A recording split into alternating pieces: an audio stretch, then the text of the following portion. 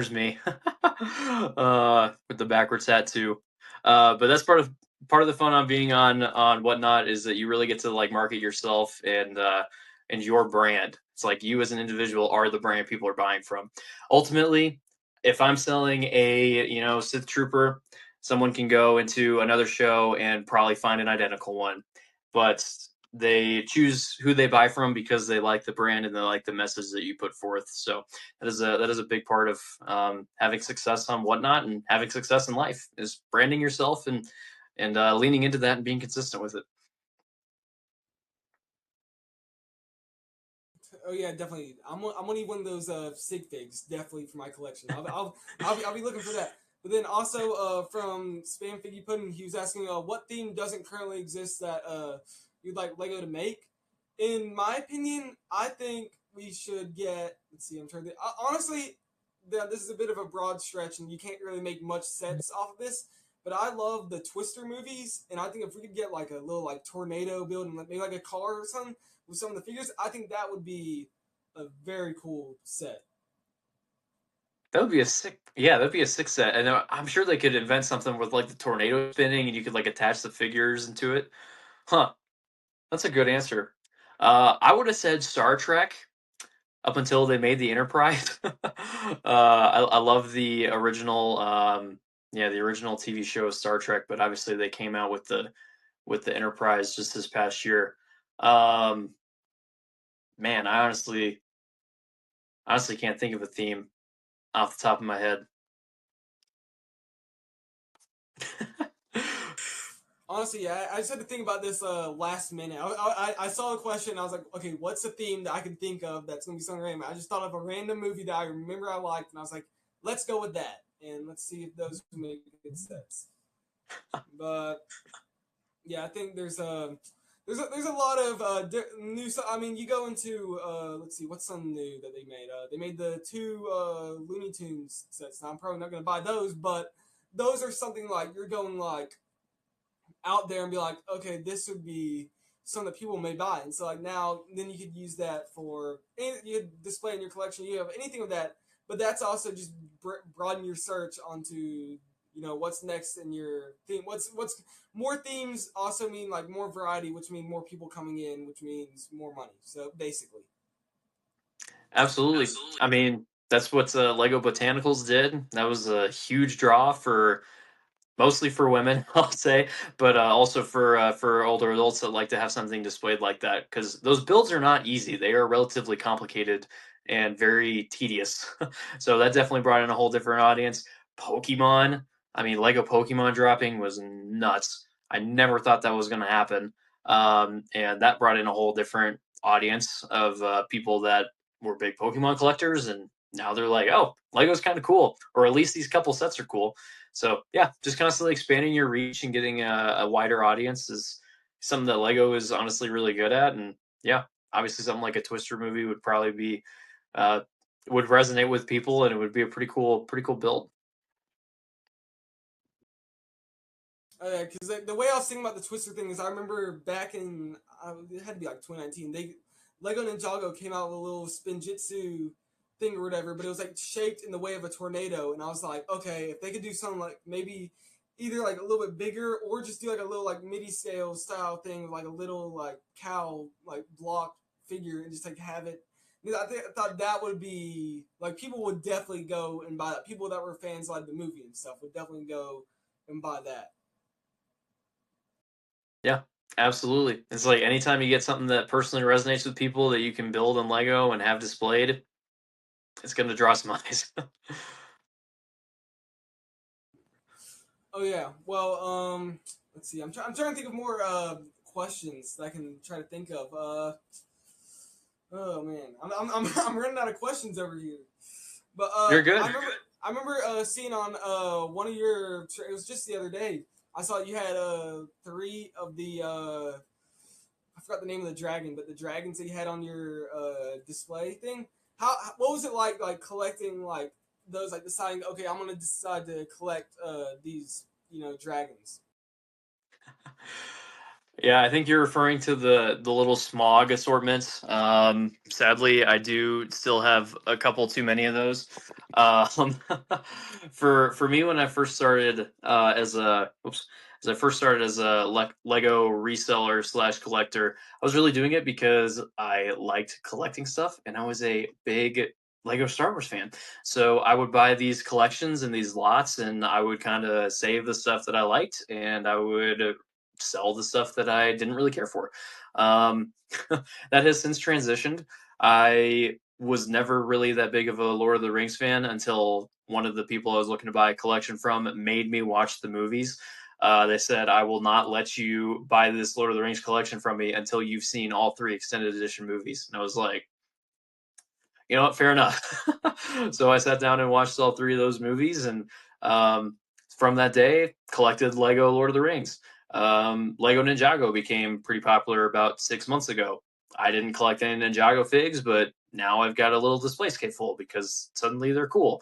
Um, so I very rarely go out of my way to intentionally collect something. Most of the time that I am keeping stuff for my collection, it's because I find them in larger bulk assortments, or I just find a really good deal on them that I can't pass up. Um, I did go out of my way to buy the Yuletide Pilot. I did do that one. I did not have that fig.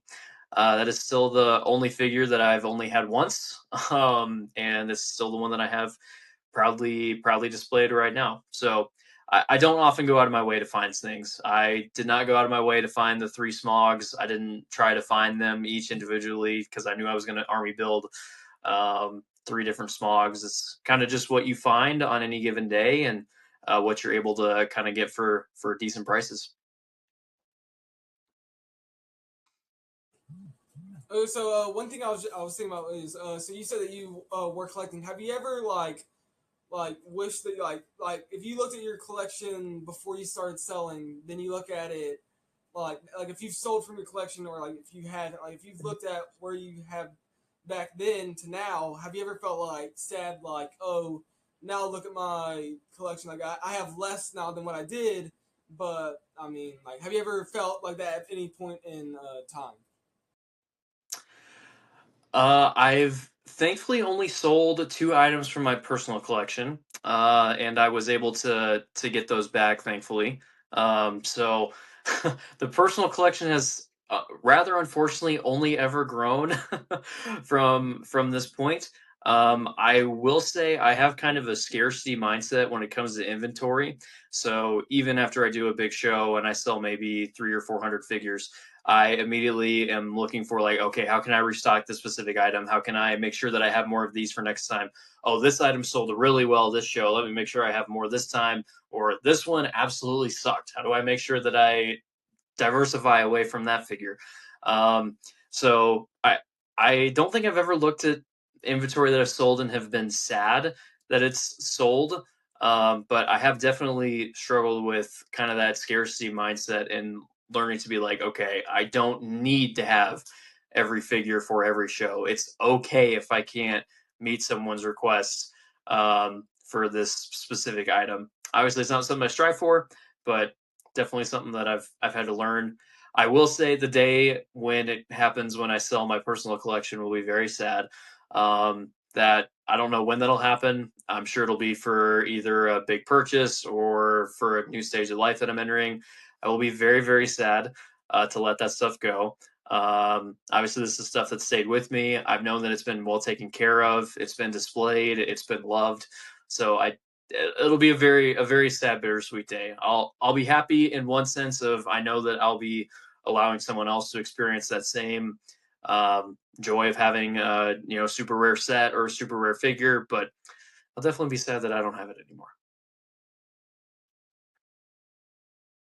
Oh yeah, well, I mean, one thing that I mean, I've sold a little bit of my collection, but I've also grown in like better figs. Like when I first started, I had a couple, like, as in the terms like high end, figs, and so like I had those, but now I've got like more of those and less of like filler figs than like what I did have. So it's like I may have like less figures than what I used to have, but I have like more quality over quantity figures, and so like that's what's always, kind of been with me a little bit is more like I just like that I have, more of a like I said, quality over quantity, basically.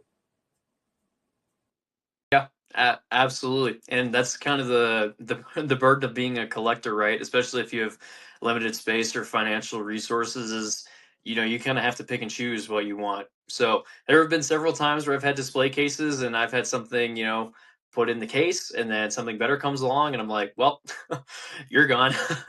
I remember my first display case that I had back in college. The best figure that I owned at that time, other than the figures that I had from my childhood, was the I think 2007 Wedge Antilles with the little like squiggly sad face, and that was like my top guy. That was the top guy, other than the Captain Rex figure that I had and the Count Dooku figure I had growing up. And then eventually, obviously, over the course of time, new stuff started coming in, and just kind of moved him out. Now that Captain Antilles is deconstructed and in a little plastic baggie with some of the other figures that I have, and other figures have taken its place in the display case.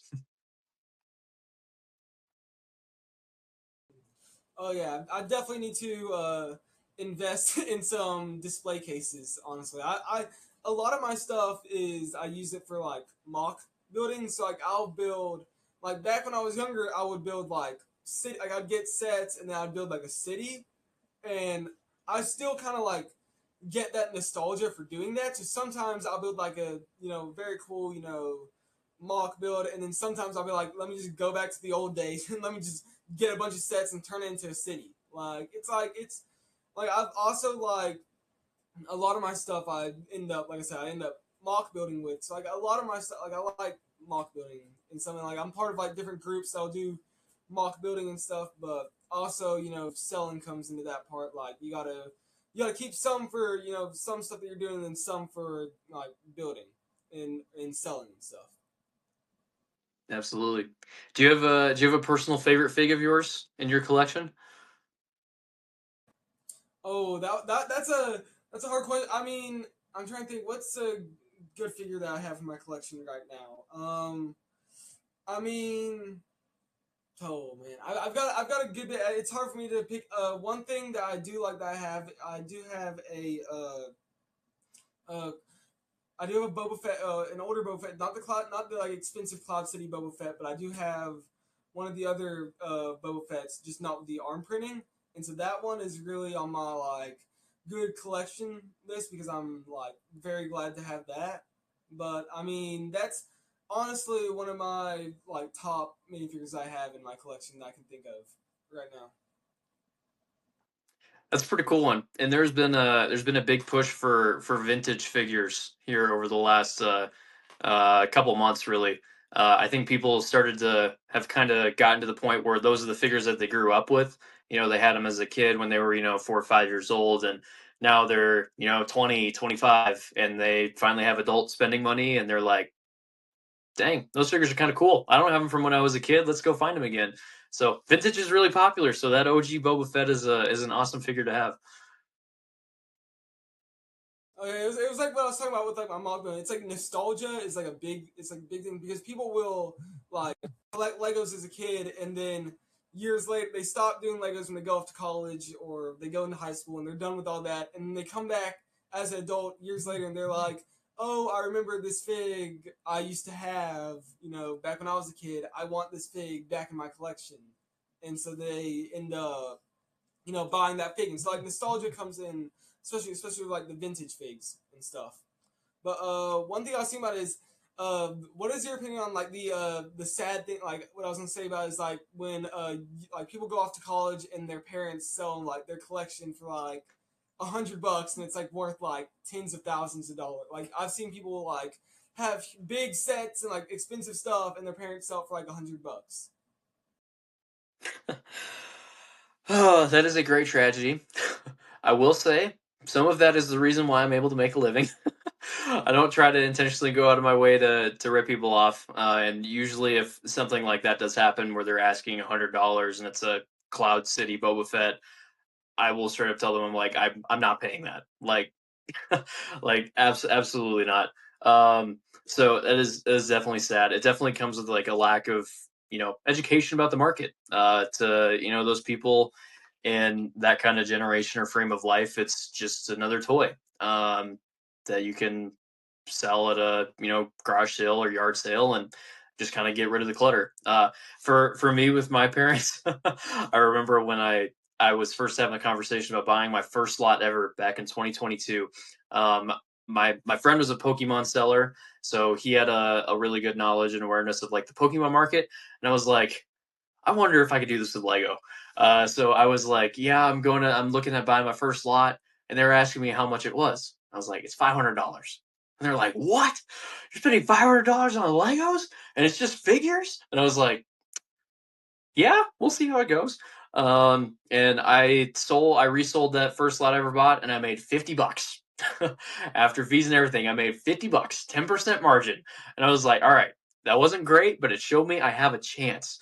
Um, and then I just kind of started doing it. But it's definitely people that sell those kids collections when they move to college or something. It's definitely just a lack of awareness. Obviously, there's no malice or malintent behind it, but I will say nowadays with Pokemon becoming super relevant, with Lego reselling becoming really popular, you've got things like Labubu and headlines, which thankfully that fad has died down a little bit.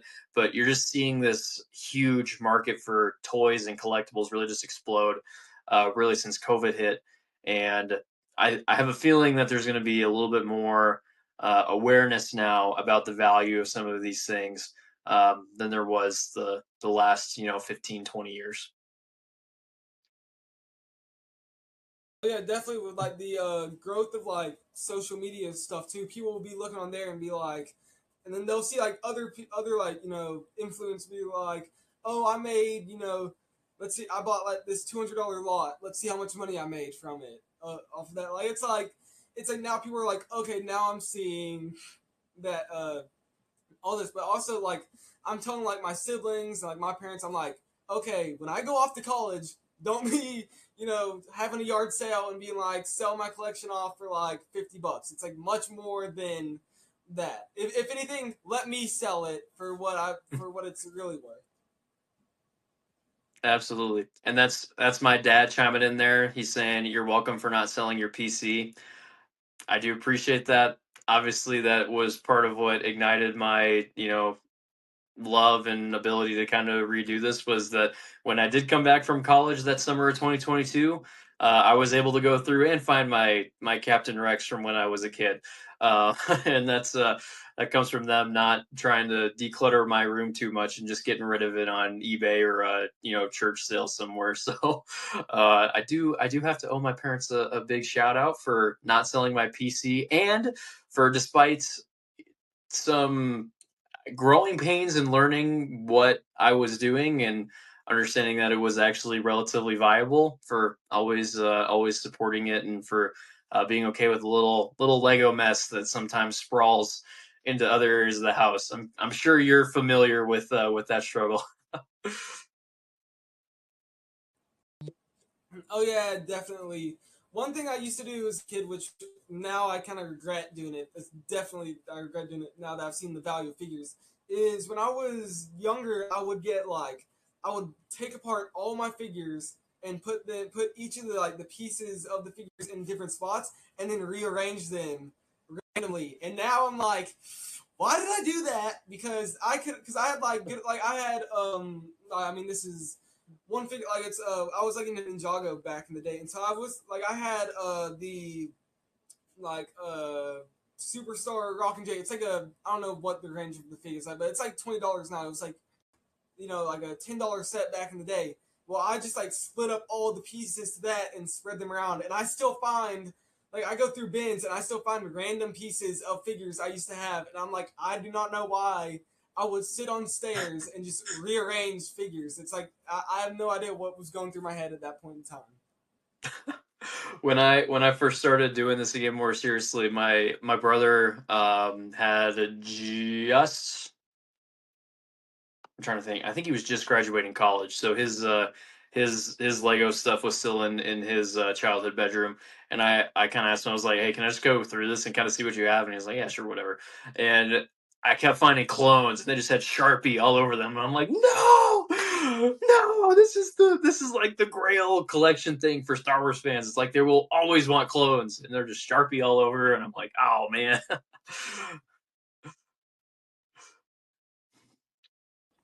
Oh yeah, well, one thing that I saw that's like the opposite of that is one of my friends, his younger brother. For some reason, I don't know how he knew all about Lego stuff, but like his collection is like he's got like a full thing of figure. Like he's got like just some. I think he's got some like now he's like like 7 years old, but he has like '06 Batman figures. He's got like Deathstroke. He's got like he's got walls filled with like built sets already, and I'm like, how are you? I think he even has like the Deadpool figure in his collection, just in his room, and I'm like, how do you have this stuff now? And he's like, oh, my younger brother or my older brothers used to have it, and so he gave it to, and so they gave it to me, and I'm like, and I'm talking to my friend who's like one of his older brothers, and I'm like, how did he not give that to you so then you could give that to me? How did he give that to your youngest brother? Like, if he had given that to you, I could have bought those off from you, but you gave it to him, and like his younger brother's like, oh, I'm not selling any of these figures at all, and I'm like, great, that's great for you, but somewhat, not great for me. I could be, using those right now. Little bro has a down payment on a house or on his college loans, just sitting in his room at 7 years old. I respect it.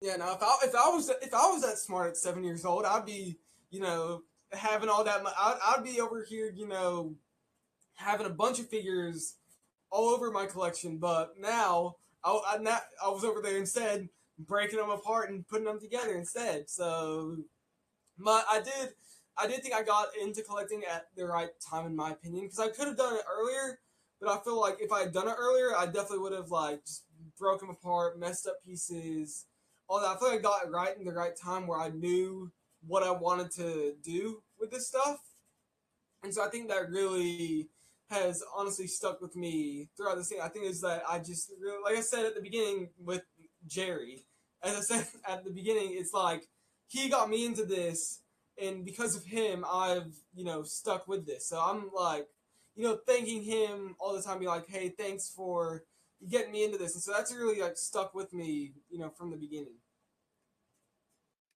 Absolutely. I don't know if you've seen those Instagram posts if it's like, "Oh, would you rather like have $200 million right now or would you rather go back 15 years with all the knowledge you have now?" And I'm like, "Man, if I could go back 15 years and just tell like my dad like, "Hey, I know you're investing in like the, S&P 500. I know you're doing this 401k. Just stop."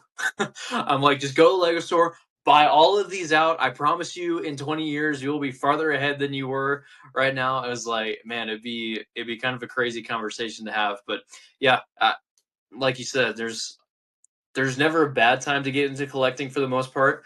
Right now, it is definitely more so a seller's market than it is a buyer's market. Again, that's just because of scarcity. There's a higher demand than there ever has been. There's also more sellers than there ever has been, but the lines keep increasing, and the demand just keeps increasing faster than the supply can keep up with. So there's never a bad time to get into it. Really, anytime after post COVID was really the time most people really started to get into the hobby. Obviously, if you were collecting before COVID, you're so far in the green now. I can't even imagine. I mean, P1 Captain Rexes were selling for about $5 in 2017, and now they're going for 120, 125 if they're fully complete. So it's like, man, if you just started collecting, 10 years ago and had all these rare Grail figs, you'd be so far ahead. So yeah. Oh yeah, well, I mean, yeah, definitely. Now I was actually I did end up collecting like right at 2019. That's kind of where I stopped. Like I said, breaking them apart and then putting them randomly. I stopped doing that and I started like getting since one thing I do remember is now I wish I got more of them, but I remember I was at my grandmother's house and I went to Walmart and I was like, "Hey, can I get the 501st Battle Pack set?" And she bought it for me, and now it's like 40 to 60 bucks, and it was like I don't know, like 25 back then. And I was like, I should have gotten more of those because I could have gotten more of those figs, but now, but it's still a. I think it was a good time to collect, especially 2019, and then during COVID. Absolutely. And the nice thing about Lego is that it very, very rarely decreases in value. Obviously, there are exceptions to that when a new figure is released in the same vein of an old one. Obviously, the price will go down. Phase two Captain Rex is probably the best example of that. He was peaking at around $300 back in 2022, and they announced that the vendor was coming out, and he kind of stayed stagnant because it was a re-release in a $650 paywall set.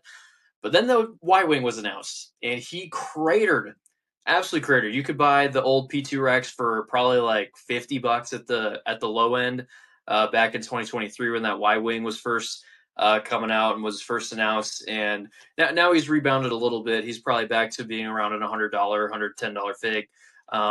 But that is the nice thing about Lego collecting is it will very rarely go down in value. It will never depreciate, so it will never decline at a relative rate that you usually see with like cars or other kind of physical goods. But you just got to kind of pay attention to the market and the again, like I mentioned earlier, with leaks and with demand, you just got to pay attention to those trends, and you can usually come ahead if you know what you're doing.